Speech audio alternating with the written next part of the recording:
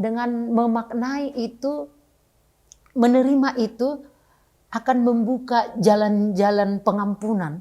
Ya. Akan membuka jalan-jalan pengampunan, dan hanya dengan bisa menerima situasi itu, melepaskan pengampunan, itu akan membuka jalan yang lebih lebar untuk sebuah pendamaian atau rekonsiliasi diri.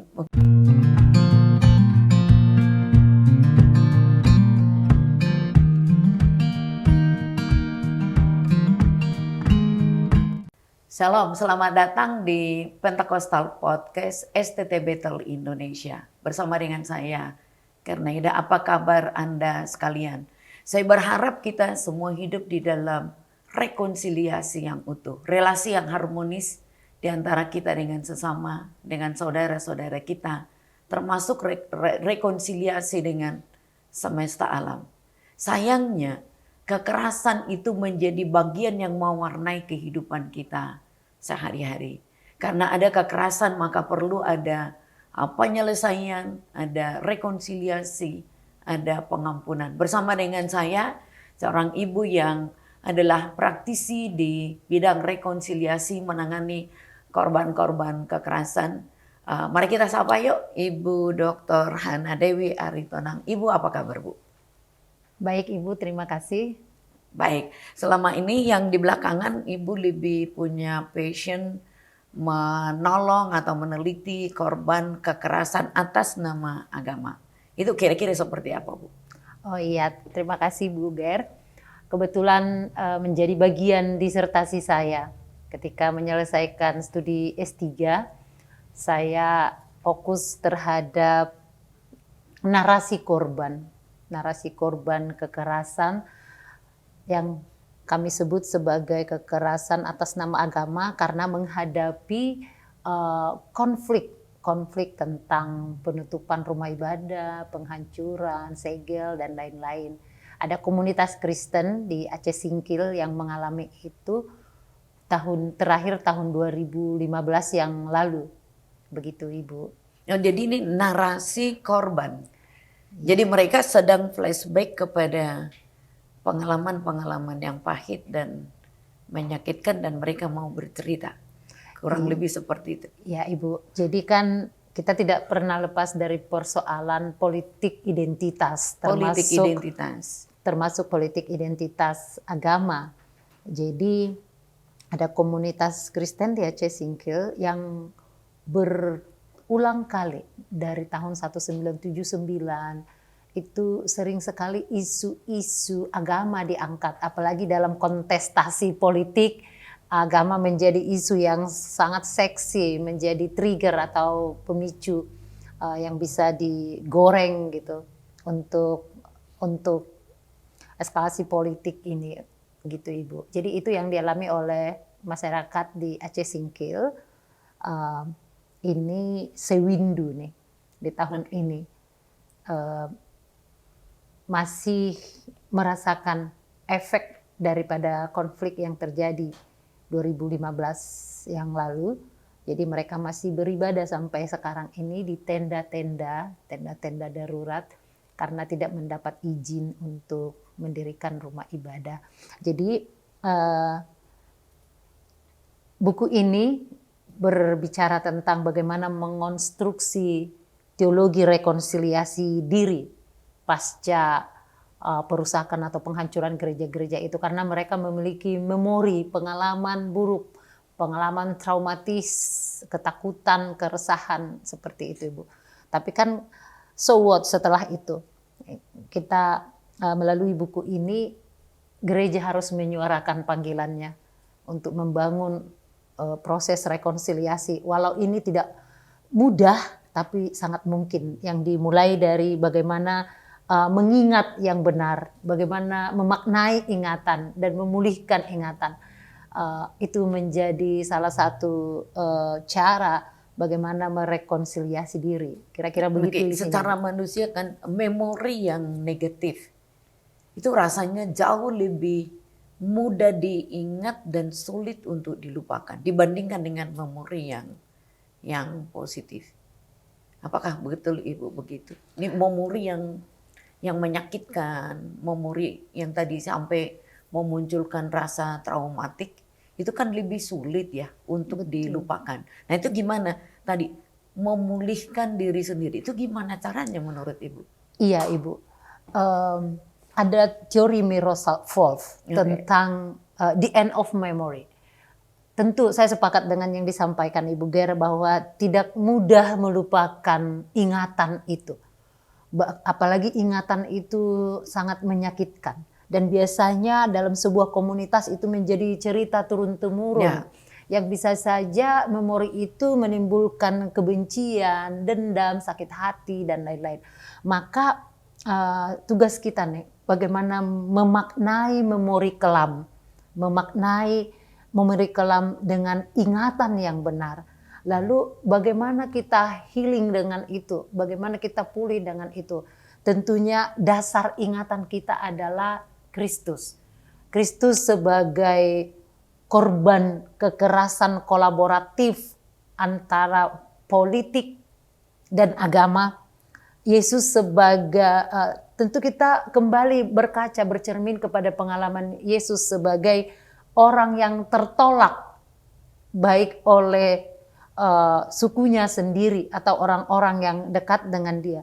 Lalu bagaimana memaknai memori kelam dari pengalaman Yesus sebagai sosok yang disakiti, sosok yang mengalami penindasan dan pengkhianatan, tapi dalam dirinya juga ada pengampunan. Jadi tidak mudah, tetapi sangat mungkin dengan meneladani apa yang sudah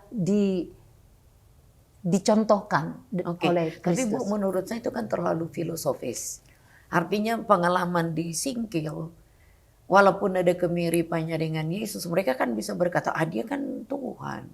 Gampang bagi dia untuk menerima keadaan karena itu memang misi Yesus gitu. Tetapi kan mereka ini adalah individu, keluarga dan komunitas yang bahasa saya mungkin terstruktur. Itu mereka adalah korban begitu. Ini kan di sana itu terlalu jauh begitu. Gimana siapa yang pihak yang paling utama membawa rekonsiliasi kepada saudara dan saudari kita ini? Iya Ibu, betul sekali. Itulah sebabnya sebelum kita bicara tentang rekonsiliasi sosial, rekonsiliasi with others, kita awali dengan rekonsiliasi diri. Bagaimana saya sebagai korban mengingat itu, karena dalam teori Arendt, teori kekerasan itu, orang yang berbicara tentang kekerasan itu ataupun rasa sakit hati atau memori kelam itu adalah orang yang paling pantas membicarakan itu adalah korban itu sendiri. Nah, tapi ketika mengingat itu konsekuensinya itu tadi Bu, seperti yang saya katakan ada sakit hati, ada air mata, ada kebencian, ada lain-lain. Lalu bagaimana kita memaknai cerita itu, memaknai kisah itu, pengalaman itu, yaitu mengingat dengan benar, menjadikan ingatan itu menjadi sebuah pemulihan diri dan membuat ingatan itu sebagai komitmen jangan pernah terjadi lagi. Jangan pernah sampai terjadi lagi dialami oleh anak cucu saya atau generasi berikutnya. Nah, dengan memaknai itu, menerima itu akan membuka jalan-jalan pengampunan. Akan membuka jalan-jalan pengampunan dan hanya dengan bisa menerima situasi itu, melepaskan pengampunan, itu akan membuka jalan yang lebih lebar untuk sebuah pendamaian atau rekonsiliasi diri. Oke, tapi ini kan sekelompok manusia di Singkil. Tentu saja dia punya pola pikir beda, perasaan yang beda. Cara saya merespon apalagi untuk mengingat memori kelam bisa dua barangkali. Saya nolak sama sekali. Atau kalau ini kan yang membuka diri ya. Kalau yang dia denial itu kan tidak mudah ya untuk menerima apalagi secara terstruktur seperti itu ya. Untuk mengatakan saya udah bisa berdamai begitu. Kalau seandainya ada orang yang denial Bu, Di dalam penelitiannya Ibu tuh gimana tuh? Kalau tadi kan menerima, oke, nggak apa-apa. Tapi kalau di yang denial, bahwa saya tidak terima, ini adalah injustice, ini ketidakadilan. Misalnya, Betul. kalau pihak-pihak yang seperti ini gimana? Ya, ya betul Ibu. Jadi karena proses penelitian ini belum sampai ke tahap itu, lebih dengan mendengar narasi korban, mencatat. Tapi saya sangat paham ketika saya melakukan wawancara ke beberapa orang yang sebagai tokoh lah katakan, atau ketika FGD dengan menghadirkan banyak penatua dan pendeta di situ, justru ketika menyampaikan narasi itu ada denial dalam dirinya. Ya sudahlah Ibu, ada berapa orang yang menanyakan hal seperti ini. Sepertinya sebelum diberi izin berdiri gereja di sini, itu tidak akan ada yang namanya keadilan. Ada yang seperti itu. Ada banyak narasi-narasi penyangkalan seperti yang Ibu sampaikan itu. Tetapi saya menyampaikan kalau tidak kita lagi, tidak korban lagi yang menyuarakan, lalu siapa yang akan mendengar? Siapa yang akan mengetahui kisah ini? Gitu. Mungkin ini tidak terjadi seperti yang Bapak harapkan, begitu saya bilang. Tetapi bahwa ada harapan kita ke depan. Anak cucu kita tidak mengalami hal seperti itu lagi. Akan ada titik terang ke depan. Entah bagaimanapun harapan itu harus tetap ada. Satu hal yang pasti, kepelbagaian, agama, budaya dan lain-lain itu ada di sekitar kita. Bahwa Aceh Singkil itu adalah daerah plural yang perjumpaan Islam Kristen dan agama lain, perjumpaan antar budaya tidak bisa dipungkiri. Maka tidak ada jalan lain kecuali bisa saling memahami, menerima perbedaan yang ada. Seperti itu Bu. Karena kalau tidak, sampai kapan dia bisa berkembang?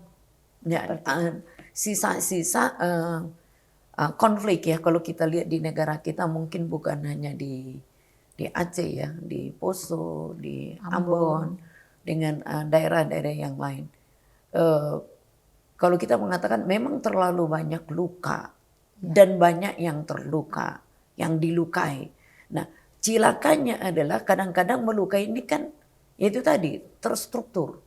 Mestinya si penjamin penyelenggara negara harus menjalankan undang-undang di mana warga negara dijamin oleh undang-undang menganut keyakinan tapi ketika ada konflik horizontal, nah itu kan seringkali ada kealpaan ya, abai, ketidakhadiran dari para penyelenggara negara. Sehingga kelompok dengan kelompok, itu tadi bisa sampai kalau udah bertahun-tahun kan ini agak aneh gitu. Di mana hadirnya para pemimpin. Nah ini kan akan membuat luka terus bagi si yang tertindas. Nah Ibu melihatnya apa? Gimana peranannya pemimpin kita, Bapak dan Ibu kita di dalam situasi seperti ini? Ya, kalau saat konflik itu terjadi, saya menyatakan negara benar-benar hadir untuk mencoba menetralisir situasi. Negara hadir dengan menurunkan banyak aparat keamanan supaya tidak terjadi lagi adu fisik, walaupun sudah ada korban luka dan bahkan ada korban yang meninggal.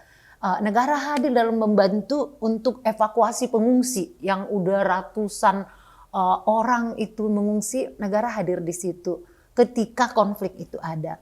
Lalu mencoba memberikan pengamanan lewat pemerintah daerah dan juga aparat kepolisian. Namun lagi-lagi setelah itu bagaimana dengan izin yang akan mereka dapatkan? Itu belum sampai sekarang, itu belum. Tetapi saya pikir dalam beberapa tahun terakhir ini negara mencoba menetralisir persoalan ini dengan penguatan moderasi beragama yang mulai dari lapisan daerah sampai pusat di berbagai instansi baik pendidikan, lewat Kementerian Agama, lewat penyuluh, guru dan lain-lain.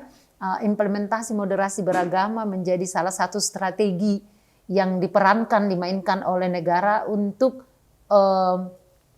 menetralisir situasi, untuk membangun paradigma menerima keperbedaan, membangun toleransi, dan juga meminimalisir tingkat kekerasan. Seperti itu. Saya pikir itu menjadi salah satu langkah strategis yang sedang dilakukan oleh pemerintah di tengah pluralisme agama-agama sebagai realitas keindonesiaan kita. Jelas Indonesia adalah negara Bhinneka Tunggal Ika, adalah fakta kekayaan agama, budaya termasuk itu satu hal yang tidak bisa disangkali di dalam keindonesiaan kita. Betul. Tapi menarik untuk satu kata, pengampunan. Bagaimana saudara dan saudari kita di Singkil ini melepaskan pengampunan dari situasi yang pahit itu. Iya, saya pikir bicara tentang pengampunan, bicara tentang person, ya bagaimana seseorang itu. Dalam informasi yang saya selalu cari dapatkan tentang komunitas hubungan atau relasi antar umat beragama di sana, karena kebetulan alumni kami banyak di sana menjadi pendeta, dan banyak juga alumni kami dan mahasiswa kami yang berasal dari Aceh Singkil itu. Jadi saya selalu mencari informasi. Kalau dalam keseharian mereka akrab seperti biasa, perjumpaan di pasar, perjumpaan di pesta-pesta, berkegiatan bersama di tengah masyarakat, itu well done gitu. Ketika dipantik dengan urusan agama, di situ yang biasanya ada ketegangan seperti itu. Tetapi kesehariannya mereka berjalan beriringan seperti itu, Ibu. Nah, bicara tentang pengampunan, back to the person actually. Tetapi ada banyak orang yang rilis mau, tetapi bahwa ada juga yang tidak mampu menerima situasi ini karena melihat keadilan itu dalam human perspective.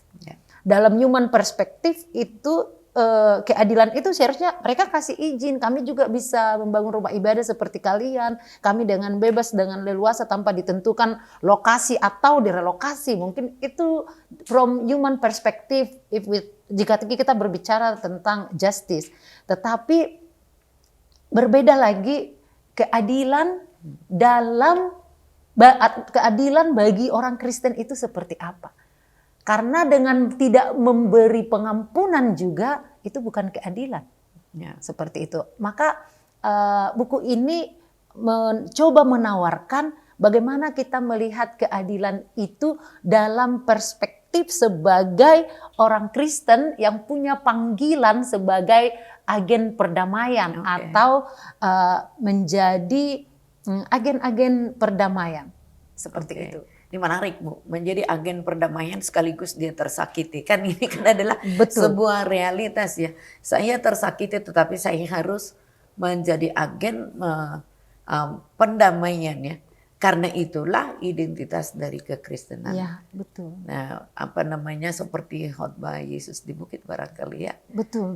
Berbahagialah yangnya, dan mereka adalah pembawa damai. Pembawa damai. Nah, itu kan yang perlu disuarakan, Bu. Sejauh mana tingkat kesulitan untuk melepaskan pengampunan di antara saudara dan saudari kita? Iya. Memang kembali lagi tanggung jawab sebagai peacemaker ini membangun kesadaran dan tanggung jawab kita sebagai pengikut Kristus untuk mampu memberi pengampunan. Betul. Harus mampu memberikan pengampunan. Itu menjadi tanggung jawab yang harus kita emban walau berat. Tentu berat sekali. Di akhir bab ini saya menawarkan tentang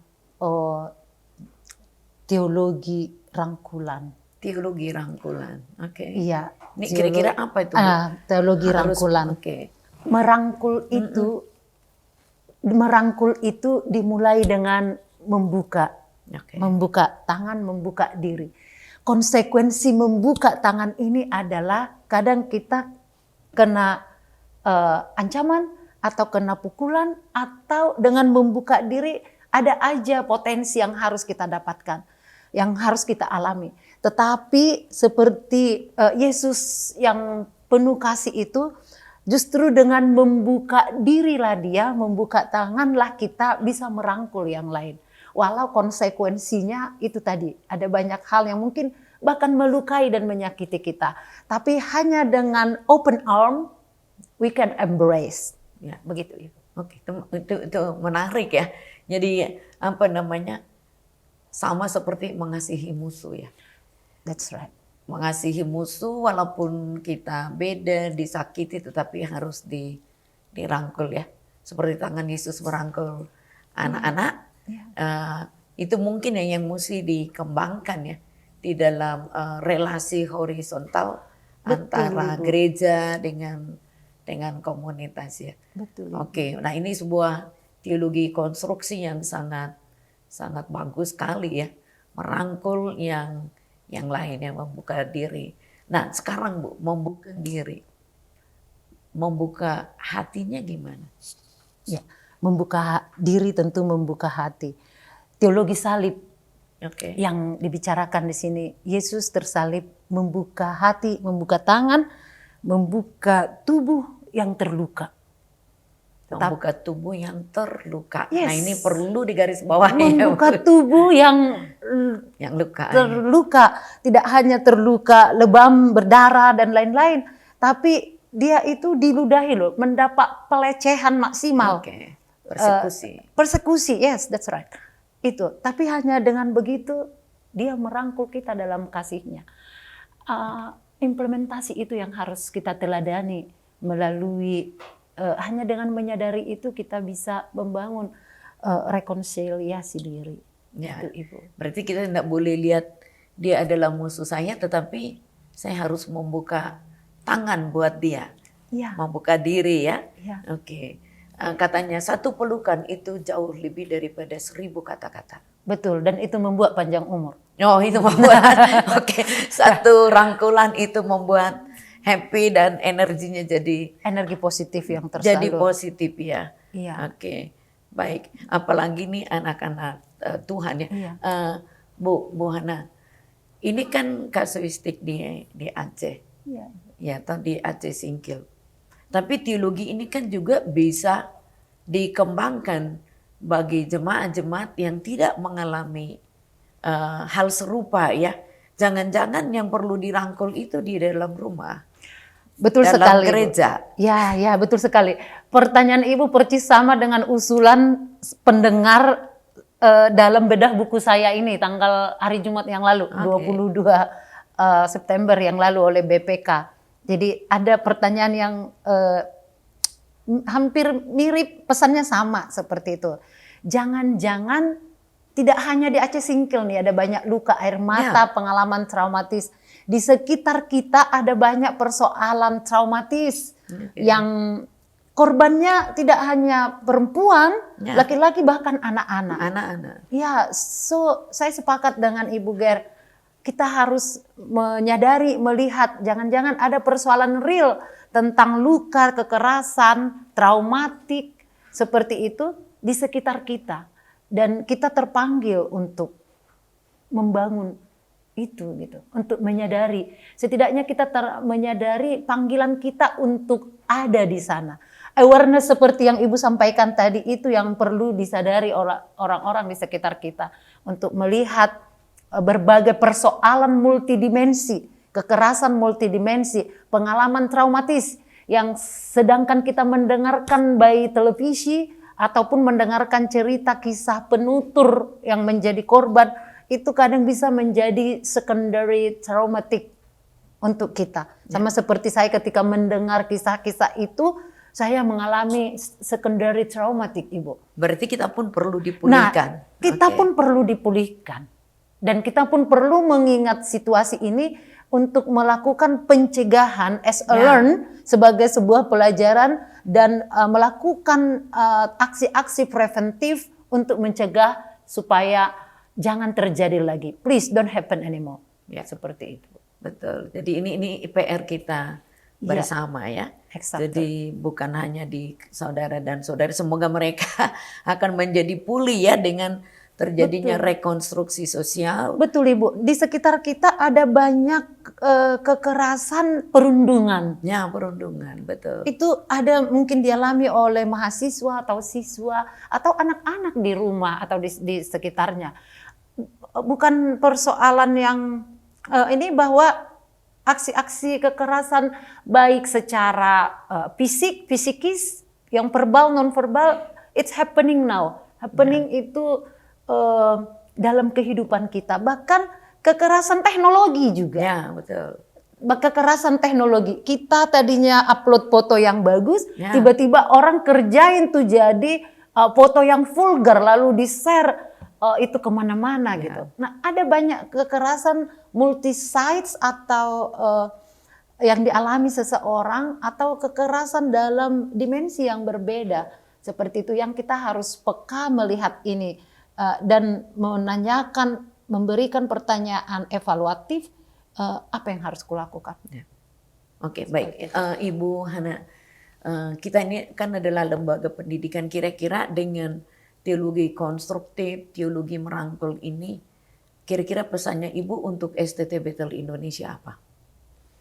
Baik, untuk STT Bethel Indonesia sebagai penyelenggara pendidikan teologi, mari bersama-sama membangun kesadaran spiritual untuk mencegah kekerasan.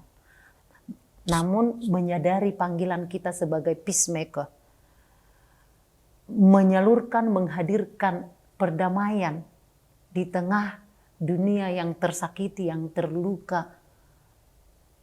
Kita harus hadir, STTBI harus hadir sebagai perpanjangan Tuhan untuk mendatangkan damai sejahtera. Itu iya. Baik. Terima kasih Ibu untuk bincang-bincangnya. Saudara dan saudari, kekerasan atas nama apapun itu adalah tindakan melanggar hak asasi manusia. Manusia adalah ciptaan Tuhan yang diciptakan di dalam rupa dan gambarnya. Maka stop kekerasan atas nama apapun, termasuk atas nama agama. Mari kita mencintai sesama kita. Tuhan menempatkan kita menjadi agen yang membawa pendamaian, rekonsiliasi. Rangkullah setiap orang yang ada di sekitar kita, kiranya mereka hidup di dalam damai dan sejahtera. Shalom. Ibu, ini ada plakat kecil dari Pentakostal Podcast, kiranya diterima. Terima kasih untuk apresiasinya. Oke, baik, kita akan memberikan salam ekrais, salam sehati, Tuhan Yesus memberkati. Shalom. Shalom.